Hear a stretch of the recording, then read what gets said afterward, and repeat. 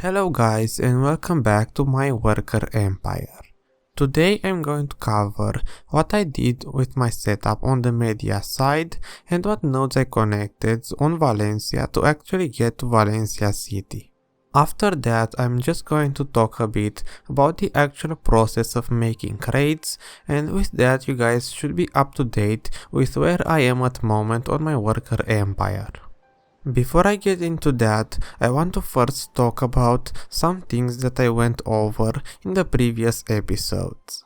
First, there are the workers. I did say in my first episode that you need to have the nodes connected between cities to actually feed your workers, but it turns out that I was wrong.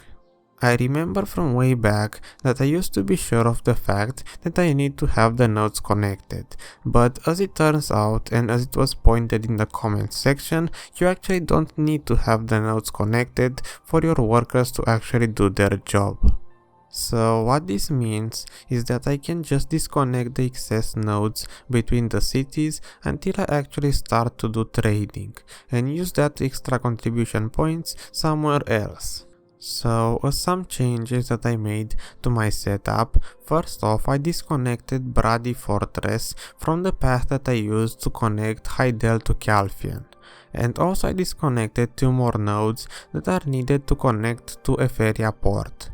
Keep in mind that you can disconnect these nodes and use that extra contribution point somewhere else, but you still need to have these nodes connected when you start to trade in your crates, as you still need the whole route connected to get the distance bonus. So these contribution points that you're getting are not something permanent. The next tip that you guys gave me is that there is a quite good lodging space for workers at Gabino Farm right near Calphian if I actually need to buy storage first, which you will need to have anyway, so this is a pretty good investment. Some other people also said that there are other nodes that offer good materials as well, but for the contribution points that I have right now, I cannot afford to get any more materials. At least I don't think so yet. In the next episode, I will redo my workers and see where I can optimize my setup better, so maybe next episode I will be able to get even more nodes, who knows. With this all being said, we can now move on to today's content. Before I get in the Mediah side, I want to mention that I changed 2 of my nodes in the Serendia area compared to what I had in the first episode.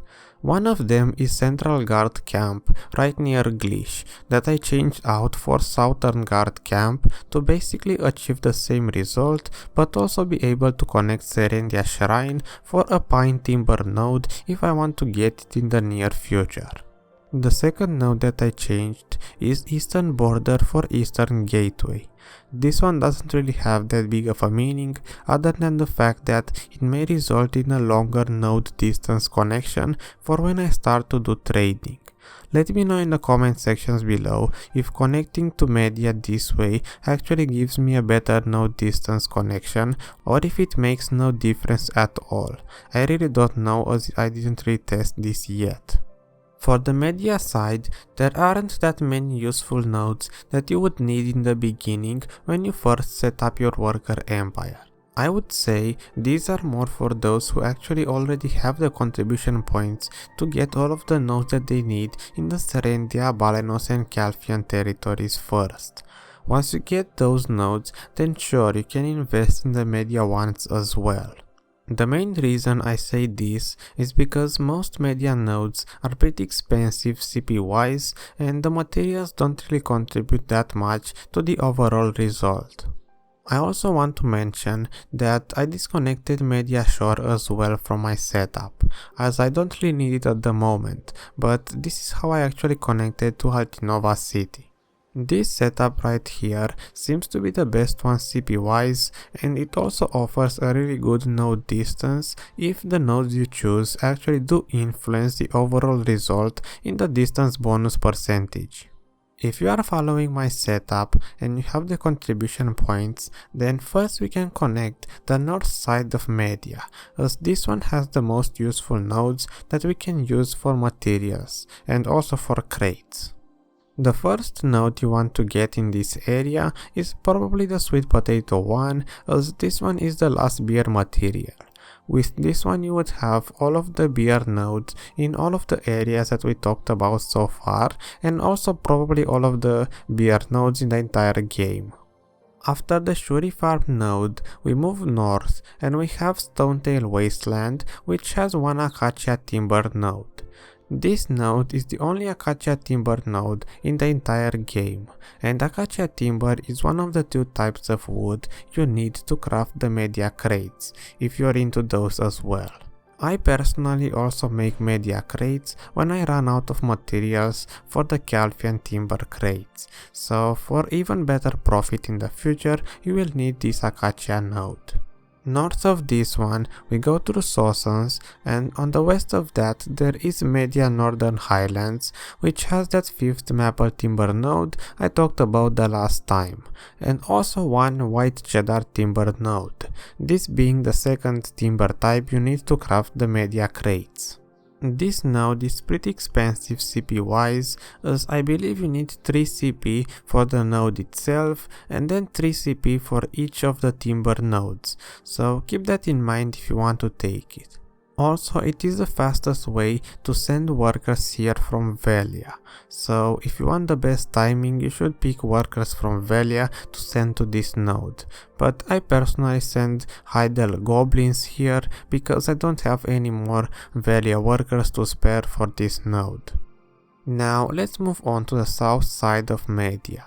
First, as I said before, you are going to need Mediah Shore in the future to complete that connection, but while you're not trading, you don't really need it, so you can just leave it disconnected.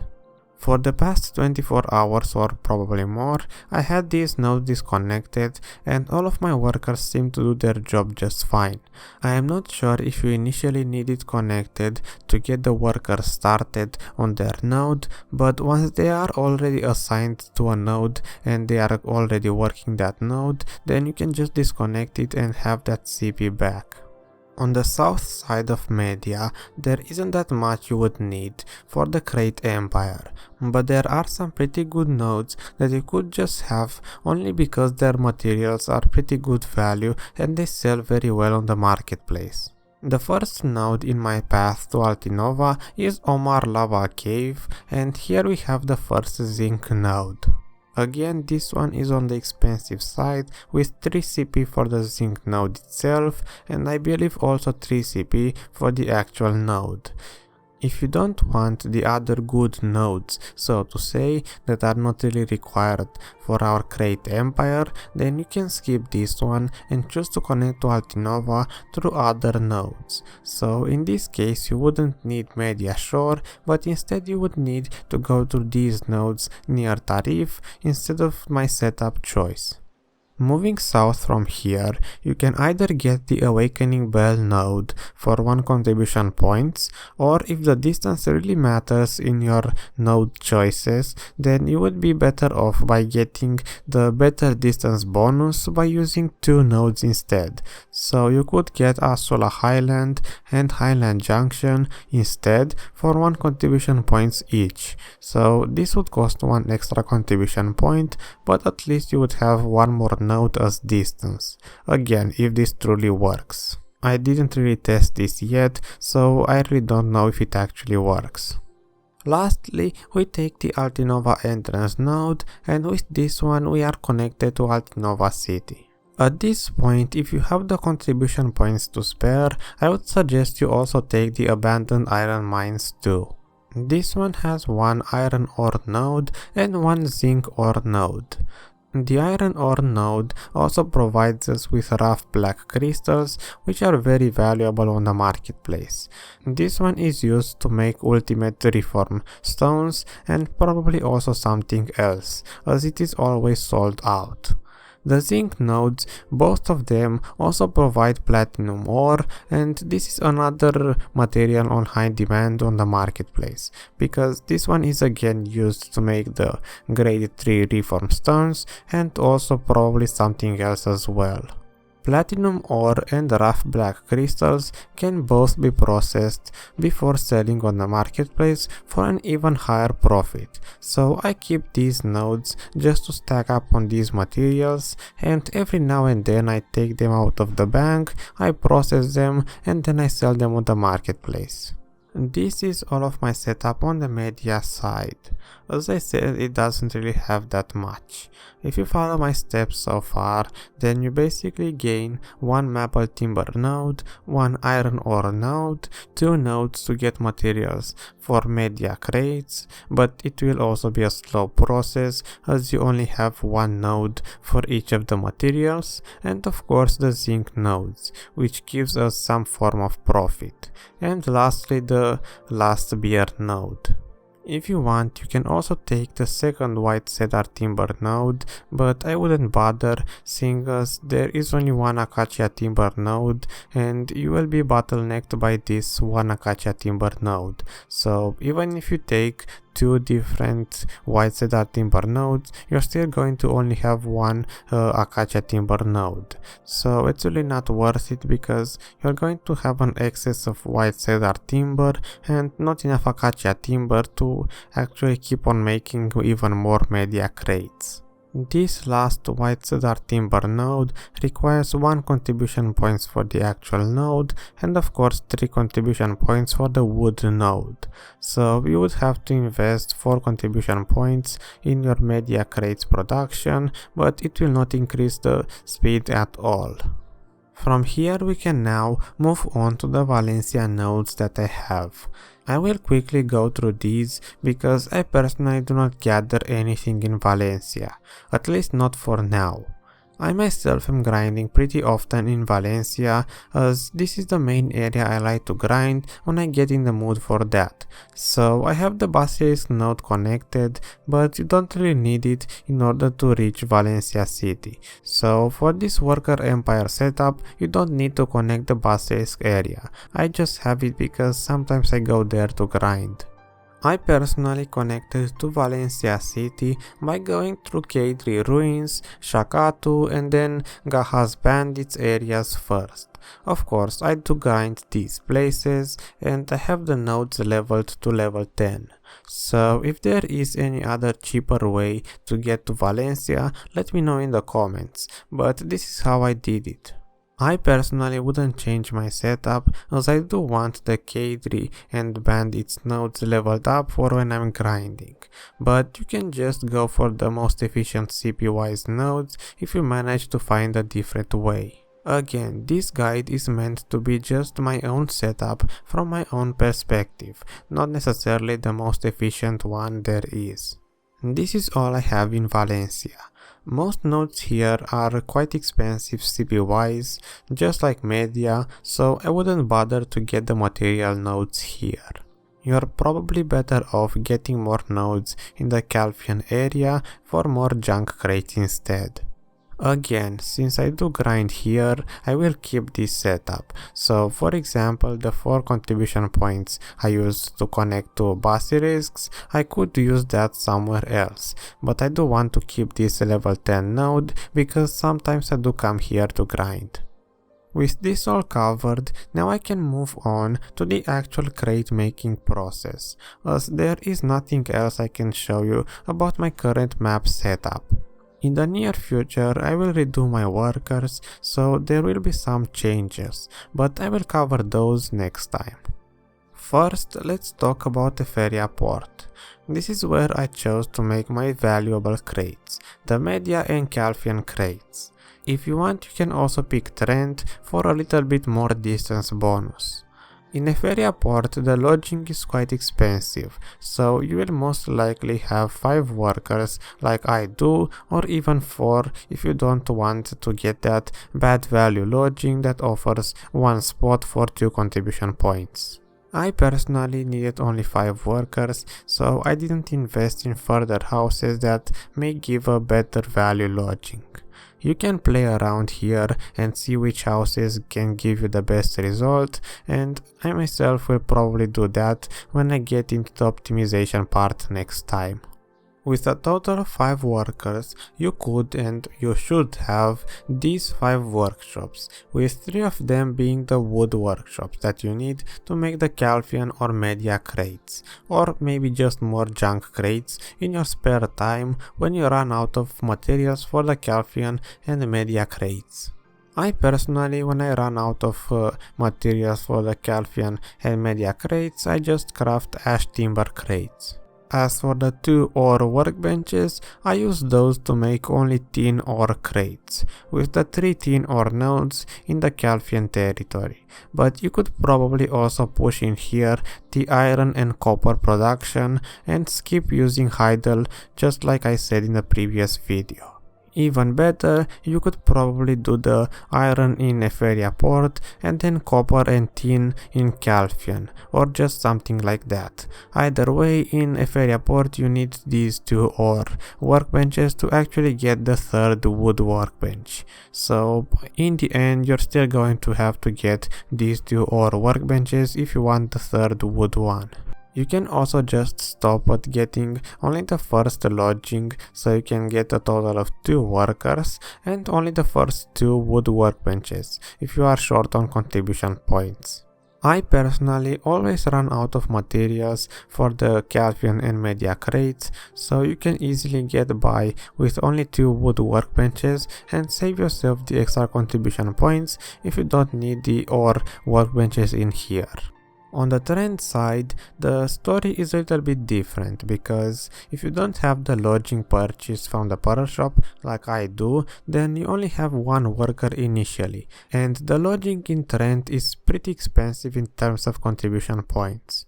I would advise you to not use this place as your main crafting area for your important crates, unless you do that thing where you send your workers from Treant to craft the actual crates in Calphian, because this way at least you're going to save some contribution points.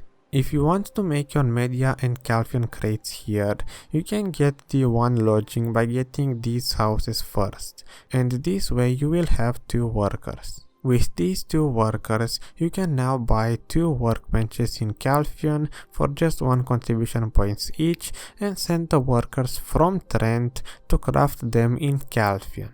This of course would take more time for them to complete the job, but the crates that result will still be produced in Treant, as this is where you send the worker from.